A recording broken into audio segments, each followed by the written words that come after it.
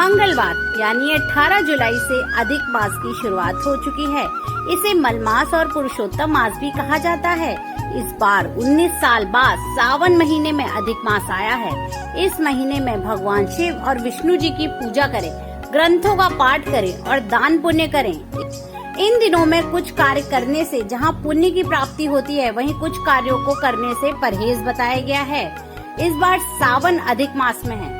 19 साल बाद ये विशेष संयोग बना है। 4 जुलाई से सावन का महीना शुरू हुआ है और अधिक मास की वजह से ये महीना 31 अगस्त की सुबह तक रहेगा। अधिक मास 18 जुलाई से 16 अगस्त तक है। 17 अगस्त से सावन का शुक्ल पक्ष शुरू होगा। इस माह में भगवान शंकर और भगवान विष्णु की अर्चना करने से लाभ मिलेगा। अधिक मास में शालिग्राम भगवान की उपासना से भी विशेष लाभ मिलता है। इसीलिए हर दिन शालिग्राम भगवान के समक्ष घी का दीपक प्रज्वलित करें। ऐसा करने से साधक को अखंड सौभाग्य की प्राप्ति होती है।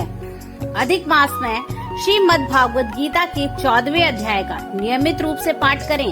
माना जाता है ऐसा करने से कार्य क्षेत्र में उत्पन्न हो रही परेशानियां दूर हो जाती हैं।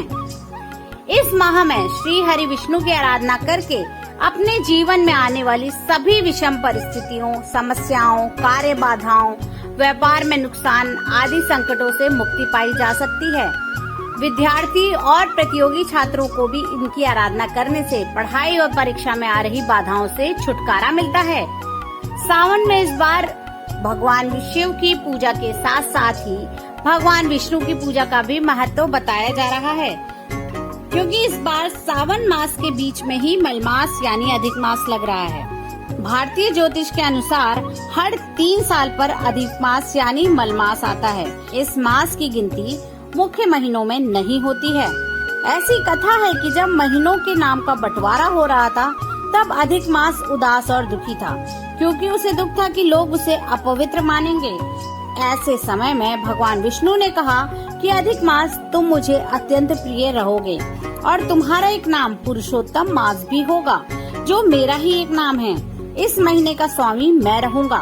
उस समय भगवान ने ये कहा कि यह महीने की गिनती अन्य 12 महीनों से अलग होगी, इसीलिए इस महीने में लौकिक कार्य भी मंगलप्रद नहीं होंगे। लेकिन कुछ ऐसे कार्य हैं जिन्हें इस महीने में किया जाना बहुत ही शुभ और फलदायी होगा। उन कार्यों का संबंध मुझसे होगा। अधिक मास यानी मलमास में विवाह जैसे कई कार्यों पर रोक रहती है।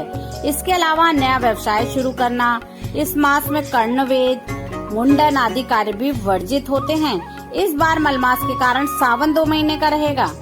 ऐसे में 2 महीने तक भोले की भक्ति विशेष फलदायी रहेगी। सूर्य और चंद्र वर्ष के बीच के अंतराल को मलमास संतुलित करता है। इस मास में शुभ कार्यों को वर्जित माना गया है। ऐसे में गृह प्रवेश, मुंडन जैसे शुभ कार्य भी नहीं होंगे। अब आपको बता देते हैं अधिक मास या मलमास में ऐसे कौन से काम आपको करने हैं जिससे आपको पुण्य की प्राप्ति होगी। अधिक मास में श्री हरि यानी विष्णु भगवान की पूजा को श्रेष्ठ माना जाता है। इसीलिए अधिक मास में वैसे तो सभी प्रकार के शुभ कार्यों की मनाही होती है, लेकिन भगवान सत्यनारायण की पूजा करना सबसे शुभ फलदायी माना जाता है। अधिक मास में विष्णु जी की पूजा करने से माता लक्ष्मी भी प्रसन्न होती हैं और आपके घर में धन वैभव के साथ साथ सुख और समृद्धि आती है। अधिक मास में ग्रह दोष की शांति के लिए महामृत्युंजय का जाप करना सबसे श्रेष्ठ बताया गया है। आप किसी पुरोहित से संकल्प करवा कर महामृत्युंजय मंत्र का जाप करवाएं। ऐसा करने से आपके घर के सभी प्रकार के दोष समाप्त होंगे और आपके घर में सकारात्मक ऊर्जा का प्रवाह बढ़ेगा। अगर आप काफी समय से अपनी किसी मनोकामना को लेकर यज्ञ अनुष्ठान करवाने के बारे में सोच रहे हैं, तो अधिक मास का समय इस काम के लिए सर्वश्रेष्ठ है। पौराणिक मान्यताओं के अनुसार अधिक मास में करवाए जाने वाले यज्ञ और अनुष्ठान पूर्णतः फलित होते हैं और भगवान अपने भक्तों की सभी मनोकामनाएं पूरी करते हैं। पुराणों में बताया गया है कि अधिक मास में भगवान विष्णु और उनके सभी अवतारों की पूजा करना सबसे उत्तम माना जाता है। अधिक मास के 30 दिनों में अक्सर लोग ब्रज क्षेत्र की यात्रा पर चले जाते हैं।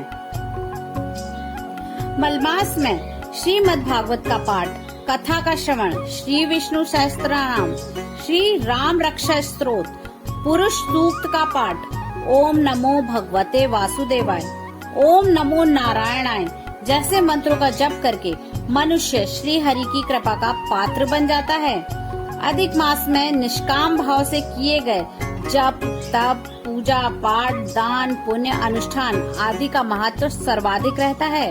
परमार्थ सेवा, असहाय लोगों की मदद करना, बुजुर्गों की सेवा करना, वृद्ध आश्रम में अन्न वस्त्र का दान करना, विद्यार्थियों को पुस्तक का दान, संत महात्माओं को धार्मिक ग्रंथों का दान करना, सर्दियों के लिए ऊनी वस्त्र, कंबल आदि दान करना सर्वश्रेष्ठ फलदायी माना गया है।